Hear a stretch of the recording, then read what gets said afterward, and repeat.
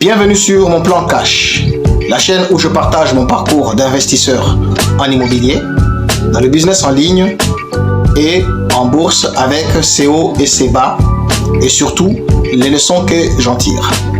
Dans cette première vidéo, je vous parle de mon entrée en bourse, de mes premières erreurs et surtout d'une grosse perte d'argent que je viens de subir. Vous découvrirez comment est-ce que j'ai géré cette situation difficile, les stratégies que j'ai mises en place et les ajustements que je compte faire pour sécuriser mes investissements à l'avenir.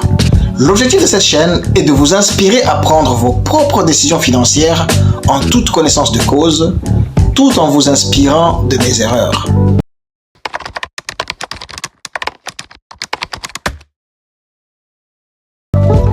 En décembre dernier, j'ai décidé de faire un grand saut. Investir en bourse. Je ne m'y connaissais rien effectivement, mais comme c'était tout un début de l'année, moi les résolutions de début d'année, je les prends normalement en décembre et je passe vite à l'action. Et donc là je me dis, pourquoi pas investir en bourse? Et là, je prends une décision d'apprendre à investir en bourse. J'ai 100 € et je me dis, je vais mettre d'abord les 100 € dans le Bitcoin et puis je vais voir ce que ça va donner. Hop. La première question qui se pose, comment investir en bourse? Quelle plateforme choisir? Quel actif acheter? Et surtout, pour quel objectif? Quelle échéance? Mais comme je connaissais déjà le Bitcoin, j'ai commencé avec le Bitcoin. Et donc, pour sécuriser mes investissements, je me dis, je veux y mettre un peu des obligations. L'objectif ici, c'est de sécuriser un peu, comme on sait que le Bitcoin est volatile. Alors, une petite dose d'obligations, ça ne me ferait pas du mal. Mais quelle obligation choisir sinon dans ce cas? Alors, je réfléchis un tout petit peu et je me dis, il faudrait quand même que je trouve une obligation qui bat au moins l'inflation. Donc là, je scroll, je trouve une obligation, des obligations romaines. Je me dis pourquoi pas. J'achète un peu des obligations romaines. Et c'est comme ça que je suis entré en bourse dès décembre.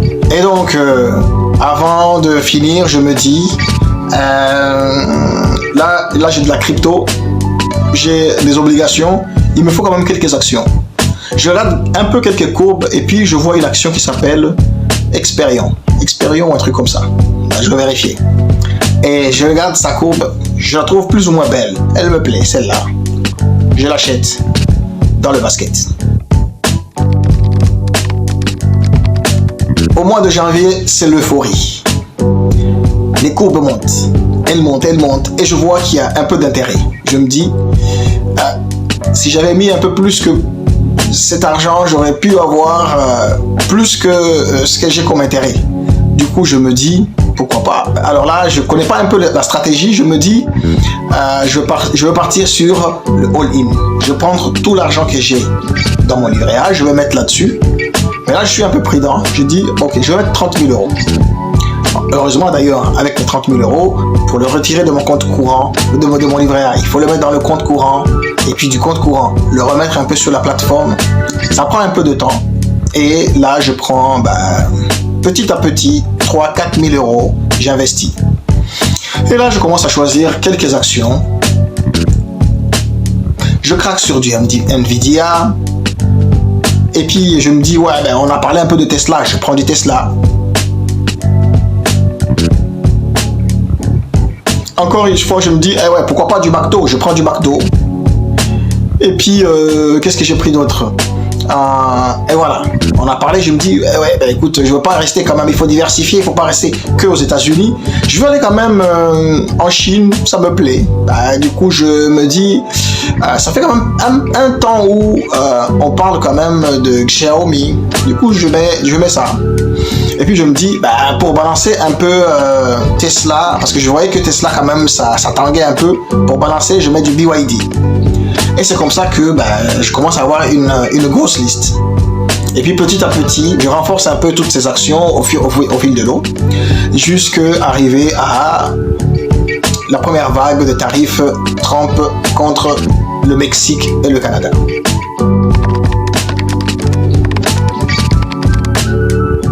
Donc, avec l'annonce des tarifs douaniers entre le Mexique et le Canada, c'était surtout le Canada, ben, la bourse commence à chuter.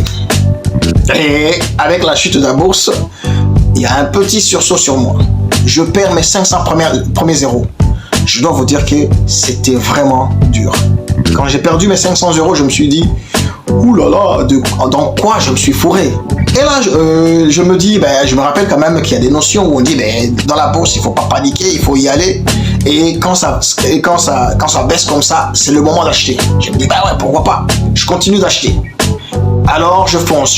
J'avais prévu de faire une stratégie de DCA, mais là, quand je vois que la bourse commence à chuter, et je me rappelle quand même qu'on a parlé quand même de buy the dip. Il faut acheter quand c'est bas. Je me dis, ben écoute, là ça baisse, c'est le moment d'acheter. Du coup, j'oublie toute ma stratégie que j'avais initialement pensée de DCA, et là, je me mets quand même à acheter. J'achète.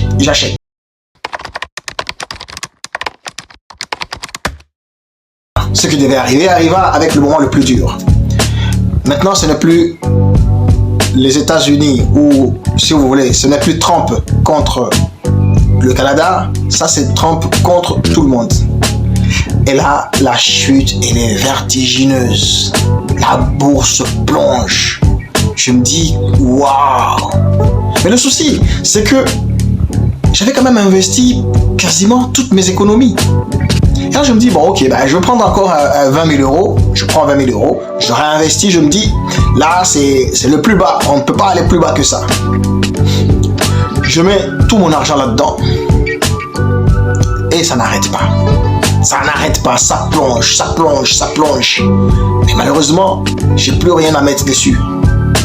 Et là, je regarde comme un spectateur. Et la bourse, ça me fait pas pitié. Moins 3 000, moins 5 000, moins 8 000, moins 10 000.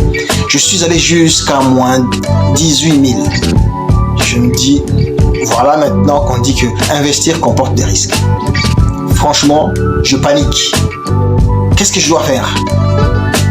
Faire comme tout le monde? Récupérer le peu qui me reste? Je me dis non. Là, je garde mon calme. On a toujours dit que la bourse finit par rebondir. Là, je vais garder mon calme. Je vais attendre tranquillement que la bourse revienne. Mais je vous dis, hein, je vérifie tout le temps mon appli. Quand ça baisse. Je me dis, mais de 19 000, comment on peut remonter jusqu'à je sais pas, à 0, à moins 0? Et là, ça devient compliqué. Jusqu'à ce que Trump arrête ou met une pause à ses tarifs pour 90 jours. Et là, la bourse commence à prendre plus ou moins de couleurs pour quelques jours seulement, et puis après ça retombe. Et je dois vous avouer que c'était des moments intenses de montagnes russes par-ci par-là. Pour quelqu'un qui vient d'entrer en bourse, je me disais, alors j'essayais de voir un peu les gens qui ont perdu. Sauf qu'effectivement, on a perdu, on était nombreux à perdre. Sauf que certains ont juste perdu ce qu'ils avaient gagné quelques années plus auparavant. Mais moi, je viens de perdre ce que je n'ai même pas gagné. C'est vraiment pas difficile, vraiment pas facile cette situation. Mais bon, j'y vais quand même. Et là, je me dis, je vais me calmer. Je vais même plus suivre la bourse. Parce que là je me suis rappelé, quelqu'un avait dit surtout que le meilleur investisseur, c'est celui qui a oublié son mot de passe. Donc ça veut dire que quand il y a des situations comme ça, t'es même pas au courant en fait qu'il y a des baisses ou des hauts, parce que dans l'idéal, en fait dans l'histoire, c'est que on investit, mais on investit sur le long terme. Donc le quelques jours de panique ou d'euphorie, c'est juste de passage et puis ça va rebondir. Et de là, je commence à prendre d'autres activités, à m'occuper d'autres choses pour voir comment ça se passe.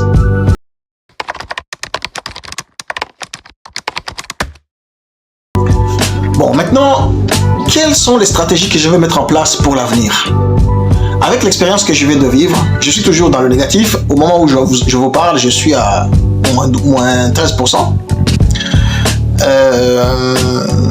J'ai oublié de vous dire que dans ma stratégie de diversification, j'ai mis un peu du Nasdaq. Parce que l'idéal, c'était quoi? J'ai vendu un peu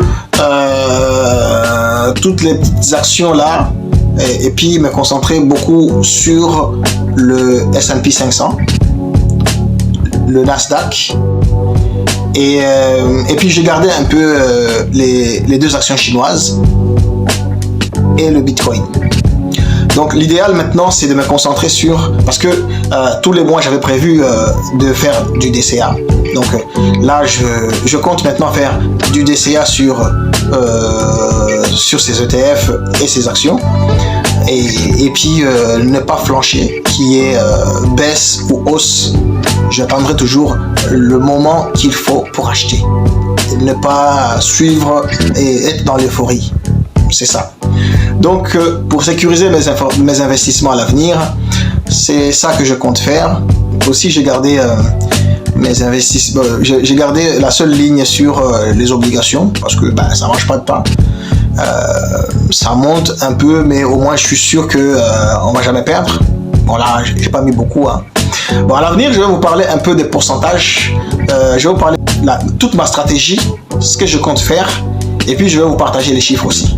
Je vais vous montrer comment est-ce que j'ai acheté les actions une par une, les ETF une par une, et puis comment est-ce que je les ai vendus. Parce que en réalité, tu ne perds que quand tu vends. Effectivement, j'ai perdu. Je dois avoir perdu 500 ou 600 euros dans les ventes. Mais bon, par rapport à ce que je compte gagner, je me dis, ça peut faire aller. Donc voilà, donc je vais partir sur une stratégie double. Je prendrai un peu l'argent que je comptais mettre dans le DCA. Je prendrai 80%. J'investirai dans le DCA. Les 20% restants, je mettrai dans mon livret A. Et c'est ça qui me serviront à l'avenir s'il y a une chute. Parce qu'on dit que quand il y a des chutes, normalement, c'est les soldes.